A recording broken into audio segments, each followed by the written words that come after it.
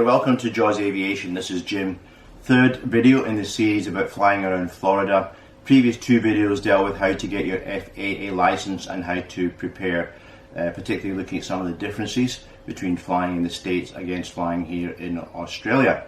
This third video, I just want to take just a few moments to talk through how I prepared, some of the homework I did before going across, some of the resources that I was able to come across on the internet, which particularly helped me in my preparation. Some may say I had over-prepared.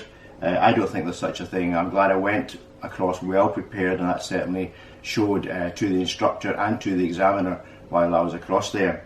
But first of all, in the previous video I mentioned some details around joining the circuit in the States and the preferred method. The FAA have just released a circular clarifying those procedures and making them, I guess, more easy to understand, and probably taking away some of the ambiguity on how to do that. So I'll put a link at the bottom down here how to access that circular so you can read it for yourself. One of the first things I did was try and get hold of the sectional charts in the States, very similar to our VTCs.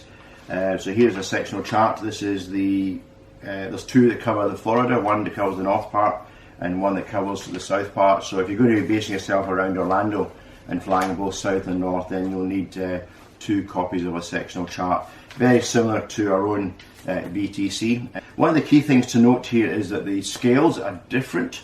So the US sectional is a 1 in 500,000 scale against the VTC, which is a 1 in 250,000 scale.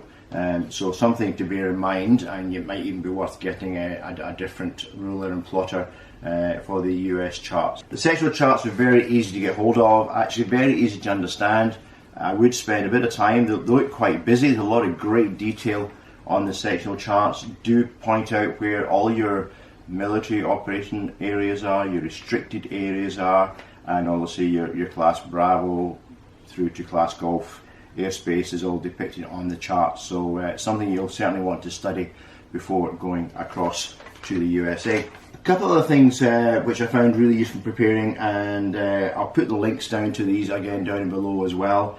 Skyvector. Skyvector is an online resource.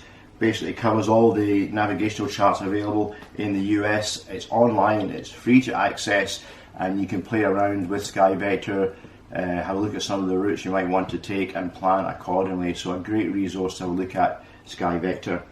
Another resource, and one which I cannot recommend more highly, is Foreflight.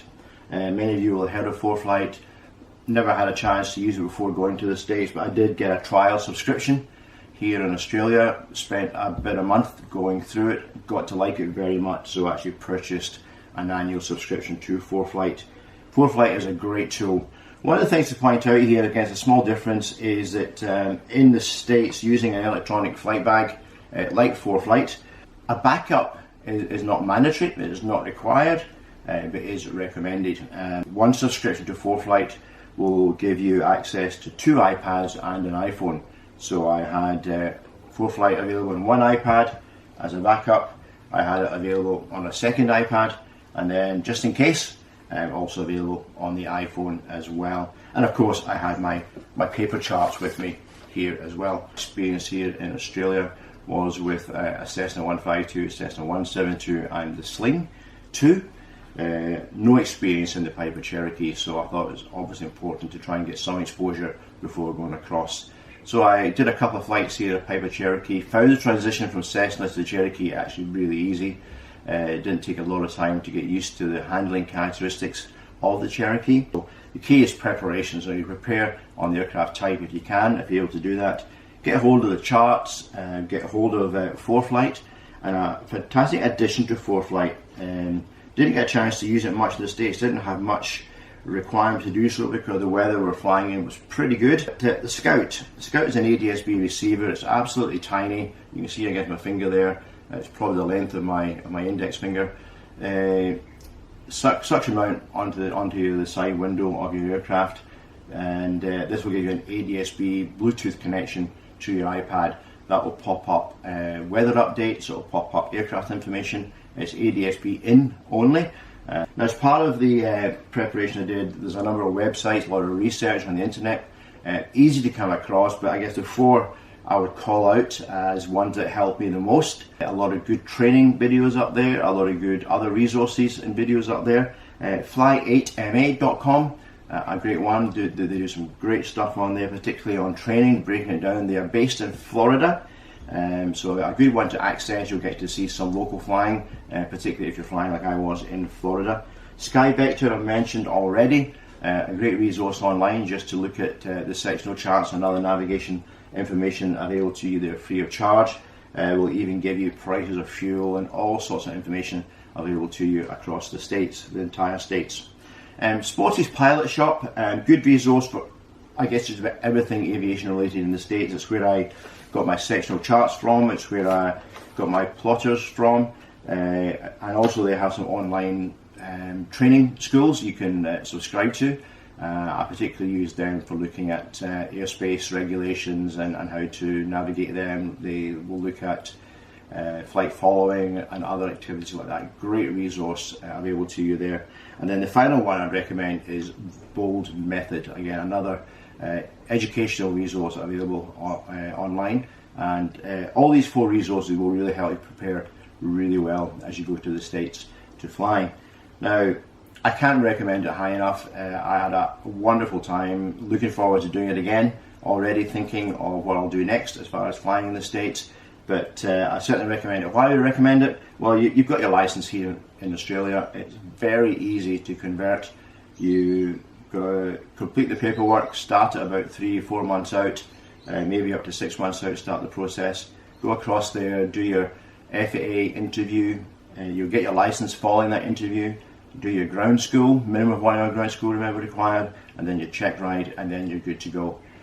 Flying in the States is so geared to general aviation. They really look after you.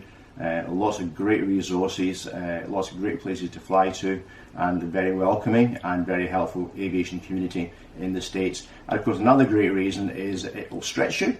I came back feeling I had a great sense of achievement. I was delighted with what we managed to do in the States, and also builds that little bit of confidence as well.